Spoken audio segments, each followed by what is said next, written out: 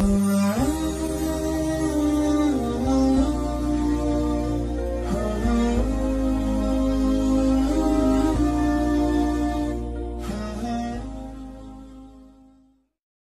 yang hilang dari peradaban modern adalah Allah itu tidak begitu hadir di hati kita. Saya sering cerita di mana-mana, teks hadis itu sebenarnya berbunyi gini, ini hadis sahih. Mangka na yu'minu billahi wal yaumil akhir fal yukrim jarohu. Ada yang fal yukrim jarohu dhaifahu, ada yang fal yakul khairan aw yasmut. Siapa yang iman dengan Allah dan Rasul maka harus memuliakan tetangganya, memuliakan tamunya.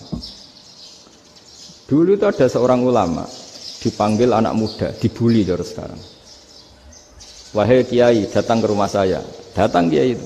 Setelah sampai ke rumah orang itu, silakan kiai kembali ke rumahnya. Saya tidak butuh kiai. Kiai itu dengan riang kembali. Setelah di rumah dipanggil lagi. Pak Yai, silakan datang ke rumah saya. Datang lagi. Ya senyum-senyum kiainya santai. Wah, nggak jadi butuh Pak Yai. Silakan kembali lagi. Sampai 3 kali. Oh itu kalau rektor digitukan marah itu. Dosen marah. Kiainya santai, santai senyum-senyum, rileks. Ketika ditanya, kenapa Pak Yai tidak tersinggung? Jawabannya unik. Anak muda, saya ini senang sekali nuruti perintah Allah, disuruh menghormati tetangga. Sehingga ketika Anda manggil ya saya datang. Ketika Anda nyuruh pulang ya saya pulang. Saya senang sekali nyenangkan tonggo. Dan itu perintah Allah, jadi tidak ada hubungannya dengan kamu. Wah, pemudanya nangis minta dimaafin. Kalau kita kan enggak, kita ini dosen, kiai, mungkin kita doktor, mungkin kita profesor. Tapi kita ini sering didikte oleh orang bodoh. Kalau orang bodoh itu jengkel, lo kita ya jengkel. Lo kamu jengkel, dijengkelkan orang bodoh itu namanya terdikte. Itu bodoh apa pinter? Oh itu tidak pinter sama sekali.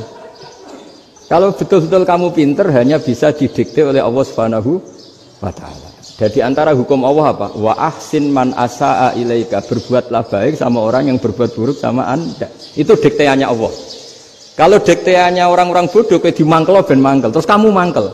Itu bodoh apa pinter? Nah, problem kita kekinian adalah wong pinter, wong bodoh itu podo-podo bisa didikte oleh sekelilingnya. Terus karuan wataknya perempuan seperti itu, wataknya anak-anak seperti itu, kita didikte.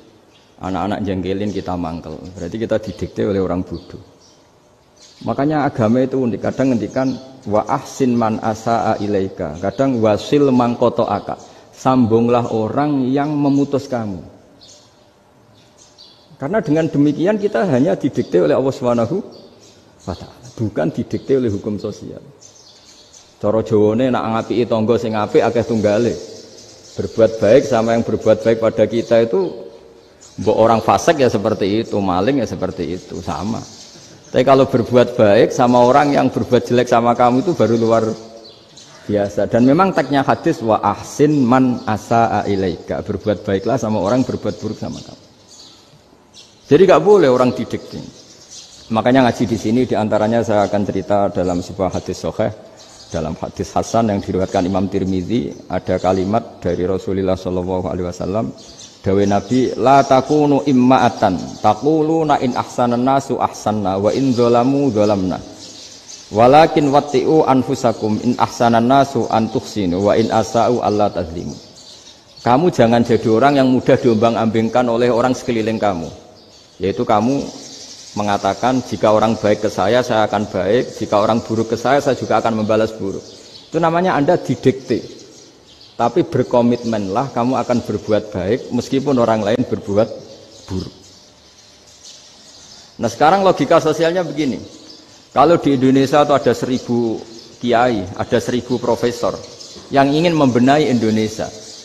Rata-rata orang awam itu semau gue. Terus mereka mendikte kita. Perilakunya agak simpatik, perilakunya jengkelin. Terus 1000 profesor ini ikut jengkel. Itu kira-kira jadi solusi apa goblok bareng? Sama 1000 kiai ini ikut jengkel, ini jadi solusi apa goblok bareng? Goblok bareng. Nah problem sekarang kita ini biasa didikte orang bodoh.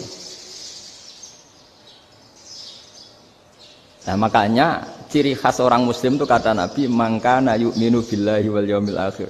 Jadi baik tetangga karena perintahnya Allah dan Rasul. Pentingnya apa? Bedanya Karena berbuat baik ini perintahnya Allah, mbok tonggo apik lah kita tetap apik karena perintahnya Allah dan Rasul. Begitu juga dengan hubungan dengan istri, dengan anak. Mbok bojomu lagi cerewet lah ya tetap apik. Karena dengan cara itu kita hanya tunduk kepada Allah dan Rasul. Tapi kalau kamu istri saya kalau baik ya saya baik, kalau enggak ya enggak. Berarti Anda didikte oleh perilakunya dia. Itu latihan, ya kalau dalam bahasa pondok latihan jadi wali itu yang paling berat. Nabi itu kalau sama orang munafik itu sabarnya Masya Allah. Padahal Nabi berso kalau orang itu orang munafik. Karena dengan cara seperti itu, bahwa kebaikan Nabi pada seseorang itu atas perintahnya Allah dan Rasul, bukan atas nama servis. Kalau Nabi hanya baik kepada Abu Bakar, itu mungkin orang bilang, wisadune wong Abu Bakar baik sama Nabi. Tapi kalau Nabi baik sama orang munafik, Abdullah bin Ubay bin Salul, itu kalau nggak perintahnya Allah dan Rasul itu nggak bisa. Nah ini cobalah berlatih seperti itu, sehingga kita tidak mudah didikte. Ya saya ulang lagi, nggak mudah apa? Didikte. Maka di antara kebaikan Allah dan Rasul adalah bahkan orang dolim saja diberi jatah rahmat. Makanya tadi seperti mukadimah yang dibaca Pak Haris tadi, agama ini rahmatan lil alamin. Orang yang dolim saja dapat jatah apa? Rahmat, apalagi yang soleh. Nah kemudian yang perlu dicatat, kenapa kita menjadi enjoy dengan Islam? Islam itu adalah agama yang tidak didikte oleh materi. Jadi kalau Anda ingin makan enak, mungkin kalau pikiran kebanyakan orang, anak-anak muda yang milenial, yang gaul, ingin makan enak ya makan yang disukai. Misalnya sate atau bakso Malang atau apa. Kalau orang-orang yang jadi wali nggak gitu cara berpikir. Ini yang masih orisinil. Ditanya, ini dunia baru kesulitan makanan, baru resesi.